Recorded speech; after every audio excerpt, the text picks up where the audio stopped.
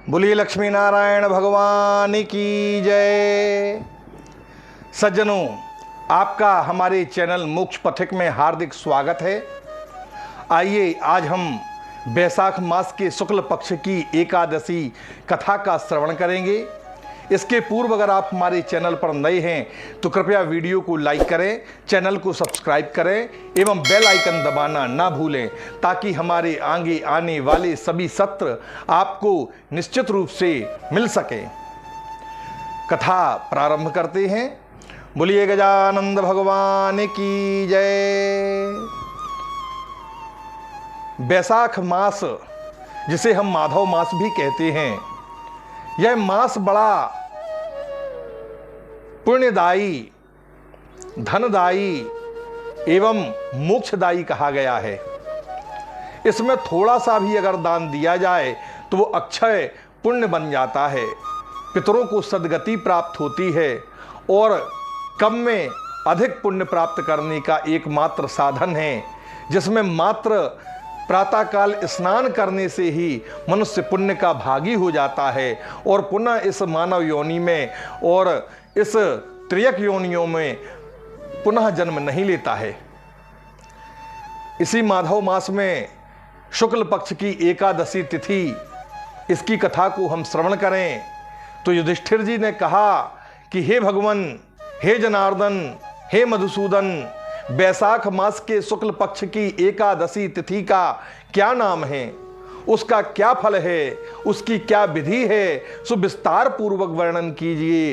तब आनंद कंद भगवान श्री कृष्णचंद्र कहते हैं कि हे धर्मनंदन, पहले श्री रामचंद्र जी के पूछने पर जिस कथा को ऋषि वशिष्ठ ने कहा था, उस कथा को मैं तुमसे ज्यों की त्यों कहूँगा।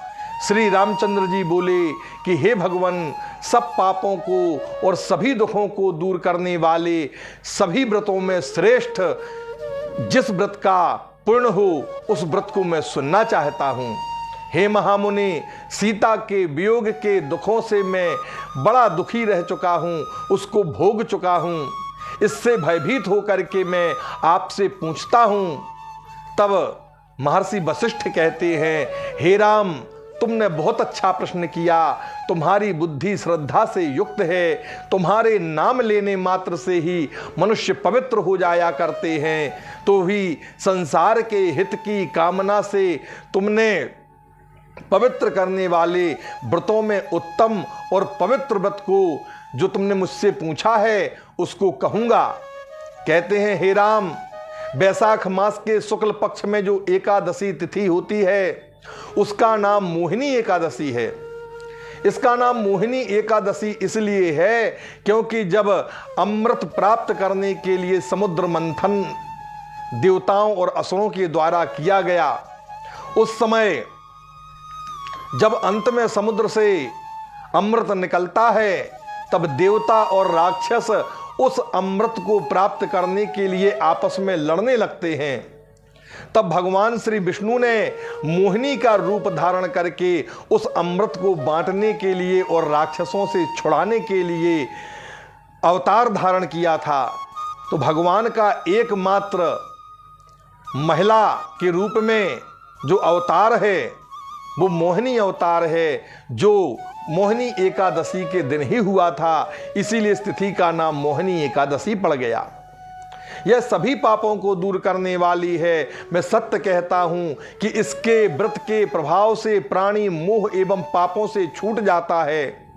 हे राम, इस कारण यह आप सरीखे मनुष्यों के करने योग्य है। वह पापों को दूर करने वाली और दुखों को नष्ट करने वाली है।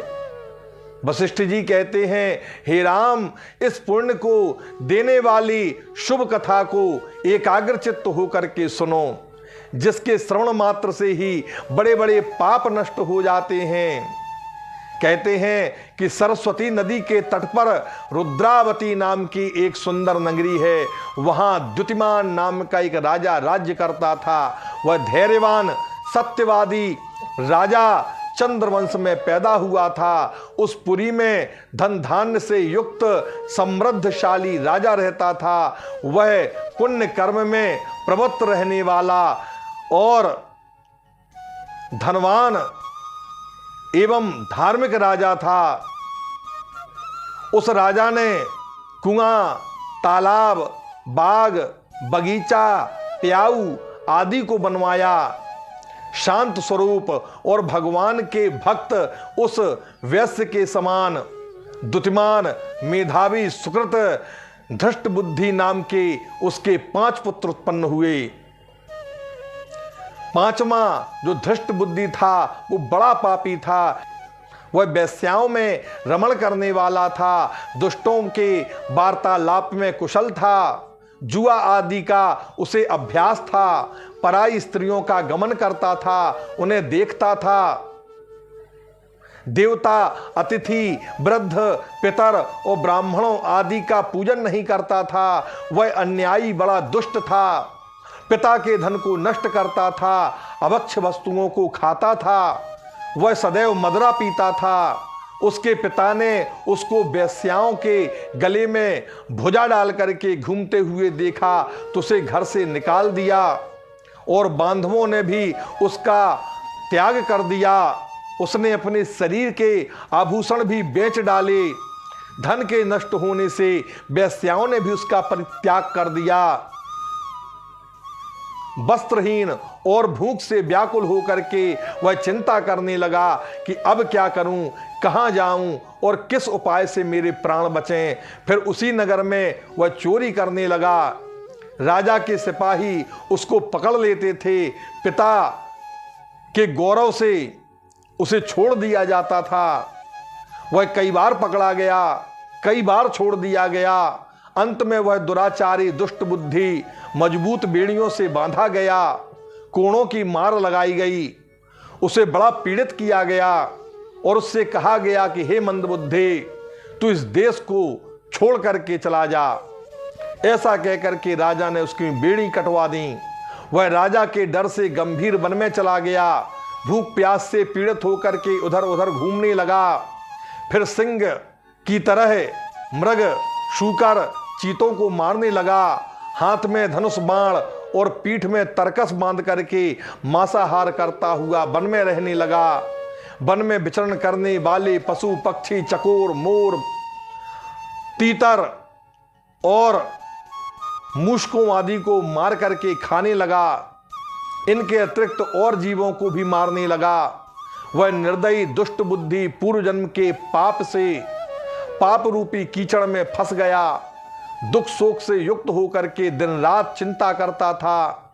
कुछ पुण्य के उदय होने पर वह कौंडिन्य ऋषि के आश्रम में गया।